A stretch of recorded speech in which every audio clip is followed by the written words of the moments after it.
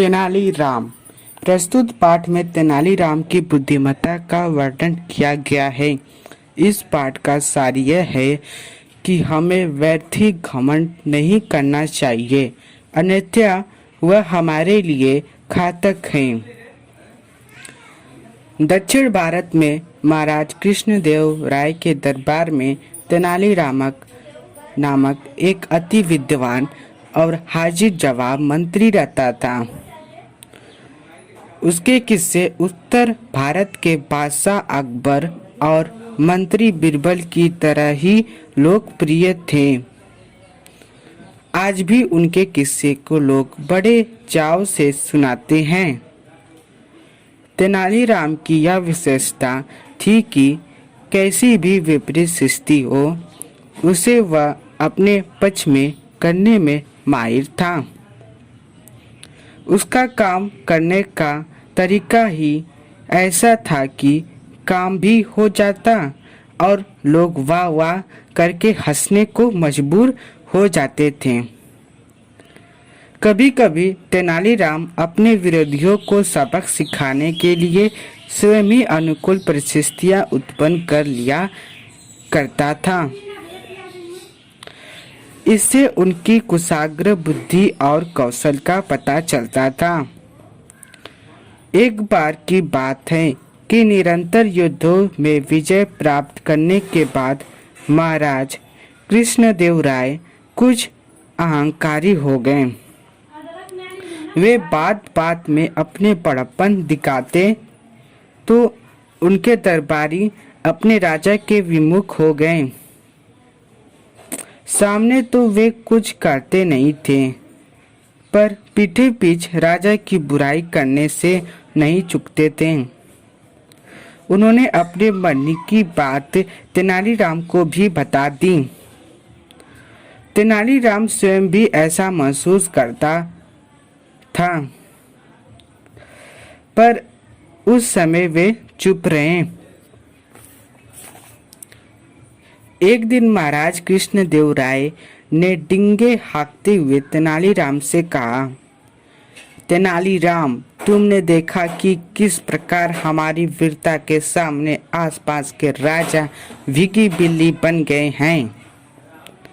वे नित्य हमें बहुमूल्य उपहार भेजकर हमारे सामने नतमस्तक रहते हैं और हमारी वीरता तथा हमारे कल प्रेम की प्रशंसा करते रहते हैं।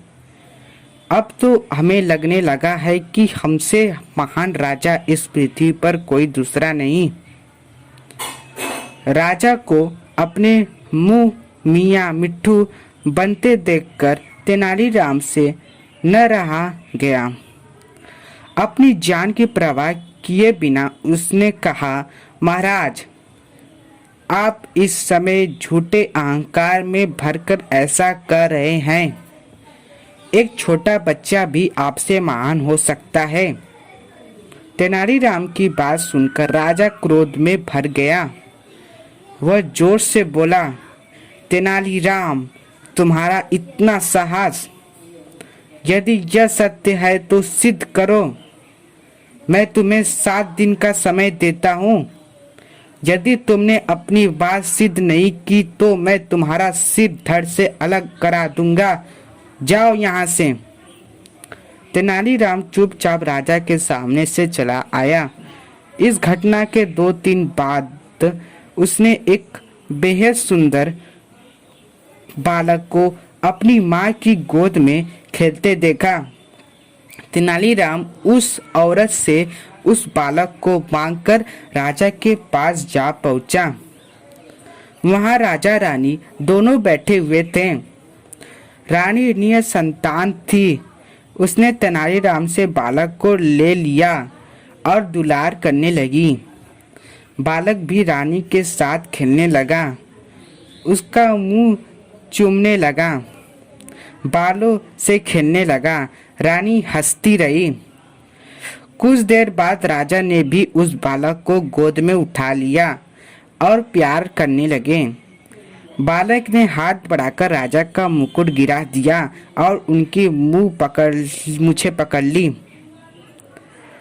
तेनालीराम की जान सुख कई, परंतु राजा और रानी को तो बालक के साथ खेलने में बहुत आनंद आ रहा था।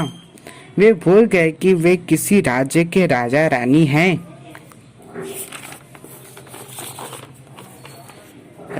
राजा की मूछें पकड़ते देख तेनालीराम ने बालक को रोका। अरे क्या करता है, ये महाराज की मूछें हैं। रहने दो तेनालीराम, महाराज बोले, बड़ा प्यार बच्चा है।